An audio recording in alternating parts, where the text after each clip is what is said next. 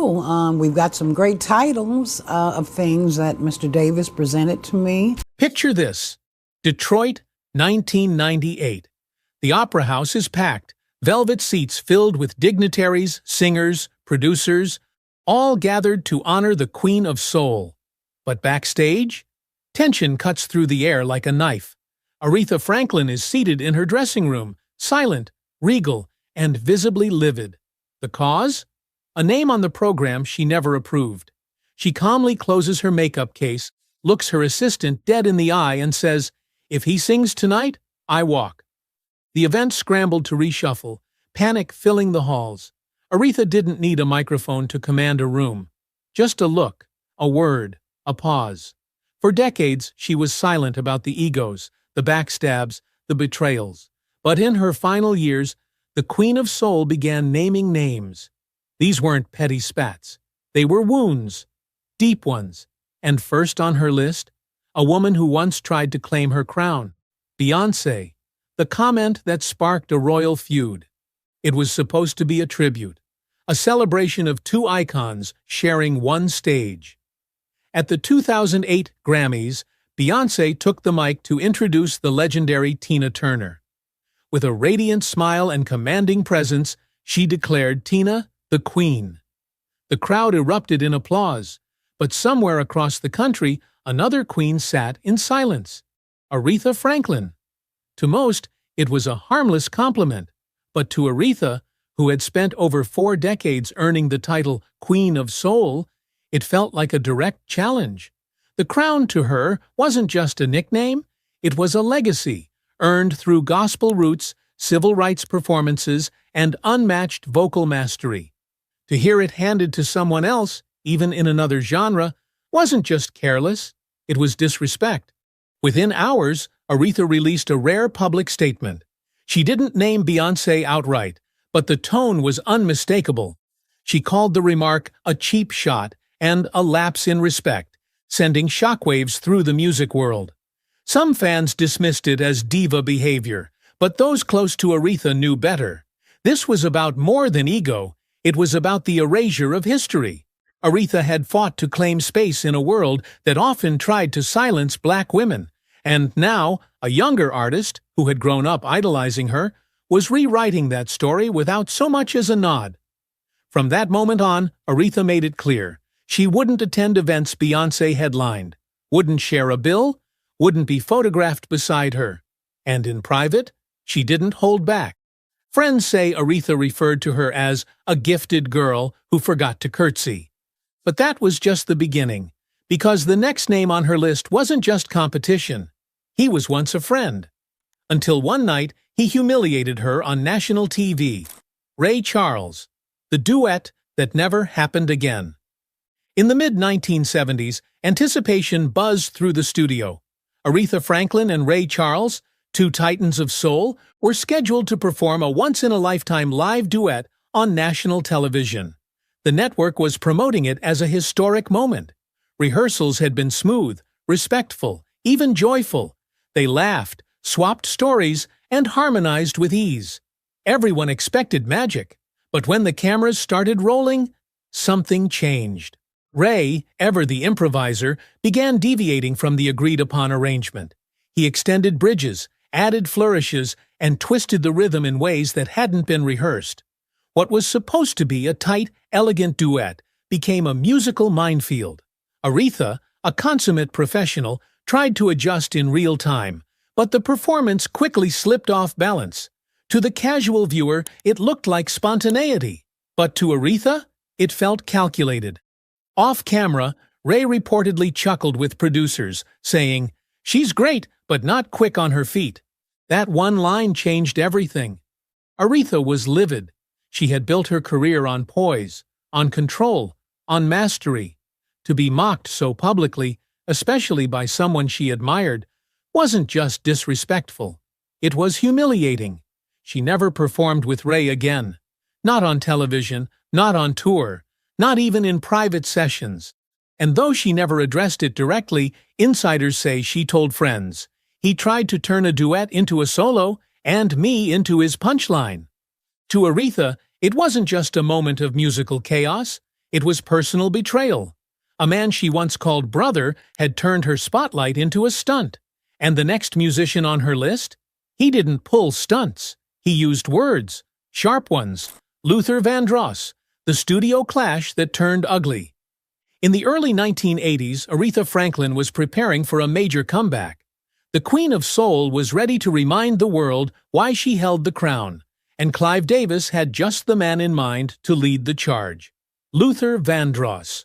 Young, gifted, and already making waves as a producer, Vandross was known for his silky arrangements and razor-sharp ear.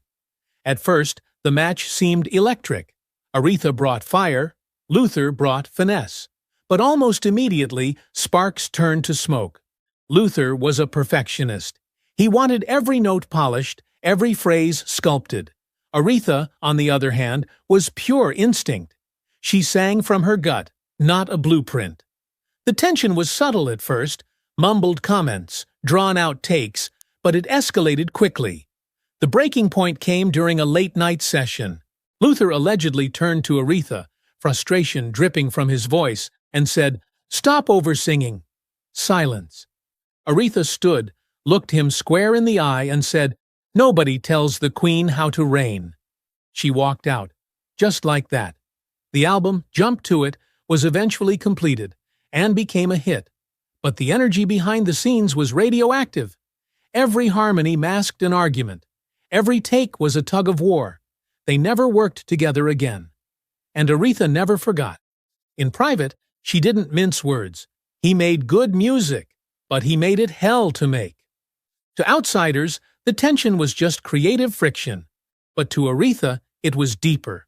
It was about respect, and the lack of it. Still, that tension was tame compared to what came next. Because the next artist? He didn't challenge her in the studio. He tried to erase her legacy with a single quote. Keith Richards, the insult heard round the world. In 2007, Keith Richards, guitar legend, rock icon, and perpetual provocateur, sat down for a Rolling Stone interview that was supposed to celebrate decades of music history.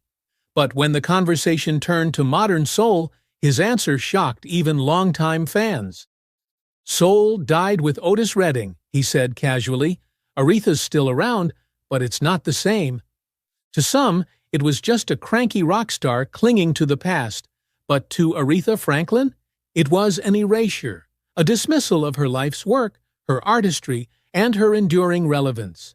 And worse, it came from someone who had watched her revolutionize the genre from the front row. Aretha didn't stay quiet. In a rare radio interview shortly after, she responded with a trademark blend of grace and sting. "Some people confuse loud guitars with depth. Bless his heart." The line became legendary. But behind the scenes, Aretha was boiling. She felt undermined by a man whose entire career had existed alongside hers, often in her shadow. She had performed longer, topped more charts, and collected more Grammys than the Rolling Stones ever had. And yet here was Keith, reducing her to a footnote beneath a man who had been gone for 4 decades. Insiders say she banned any mention of the Stones from future appearances, declined all co-headlining offers, refused any award ceremonies where Richards was also being honored. She never shared a bill with the Stones, never spoke his name again. Because to Aretha, legacy wasn't a game. It was sacred, earned, fought for. But the next artist tried to turn it into one. Dionne Warwick, the funeral drama that reignited old flames. In 2017, Aretha Franklin was already battling the kind of illness that drained even her legendary strength. She was limiting public appearances, conserving her energy, and choosing her battles carefully. But then a headline surfaced that made her blood boil. Dionne Warwick, another legend, another diva, another veteran of the Golden Age, had made a pointed comment at Whitney Houston's funeral 5 years earlier. She said Aretha had been expected to perform but didn't show up. What she didn't mention? Aretha had been physically unable to attend. Swollen feet, emotional exhaustion, and overwhelming grief had kept her home. To the world, Dionne's remark sounded like a footnote. To Aretha, It was a slap. She stayed quiet at the time. But years later, in 2017, she released a 5-page letter to the Associated Press, something she almost never did. The letter didn't hold back. She accused Dion of blatant lies, of manufacturing drama, and of using a sacred event to stir gossip. It wasn't out of the blue. The feud between these two icons had simmered for decades. Quiet jabs, backstage tension, cold shoulders at tributes. But Aretha had reached her breaking point. She closed the letter with a single sentence that made headlines across the industry. Dion knows what she did. No further comment. No clarification. Just a velvet-gloved dagger. After that, the feud was officially buried, not with forgiveness, but with finality. Because when Aretha said she was done, she meant it. And the next name on her list? He didn't cross her at a funeral. He crossed her on her own turf, Detroit. Eminem, the local boy who showed no love. Aretha Franklin didn't just live in Detroit, she was Detroit. The churches, the record stores, the soul clubs, her voice rose from its streets and became the heartbeat of a city. She gave back constantly, hosting benefit concerts, mentoring young artists, and repping her hometown in every corner of the world. So when Eminem burst onto the global stage in the early 2000s, becoming the face of Detroit for a new generation, Aretha expected at least a nod. A name drop, a sample, something. But it never came. In song after song, Eminem referenced hip-hop legends, rock icons, even fellow Detroit natives, but never Aretha. Not once. To fans, it seemed like an innocent omission. But to Aretha, it was something else entirely. Erasure. She had broken barriers in an industry that wasn't built for her. She paved the way, not just for women, but for every artist who came out of Detroit with something to prove, including him. Insiders recall a moment at a private dinner when someone brought up Eminem's rise. Aretha reportedly leaned back, shook her head, and said, "He knows who I am. He just chose not to care." And when asked in later interviews what she thought of his lyrics, she gave a one-word reply that said it all: noise. There was no beef, no public drama, just a quiet, permanent freeze. Because if Aretha gave you her blessing, it meant something. And if she withheld it, that meant something too. But the final betrayal? That one didn't come from a rocker or a rapper. It came from a man with a piano and a smile. Billy Joel, the duet that died before it lived. Aretha Franklin had long admired Billy Joel from afar. She respected his songwriting, his command of a crowd, and his genuine love for musical heritage. He was one of the few modern artists she believed had a deep reverence for the classics and for the legends who came before him. So when the idea of a joint concert emerged in the early 2000s, Aretha was intrigued. It was pitched as a celebration of piano-driven soul and pop, a meeting of two musical titans. She agreed to an initial rehearsal, cautiously optimistic that the chemistry would click. It didn't. From the start, something felt off. Billy was friendly, but too casual. His jokes veered toward patronizing.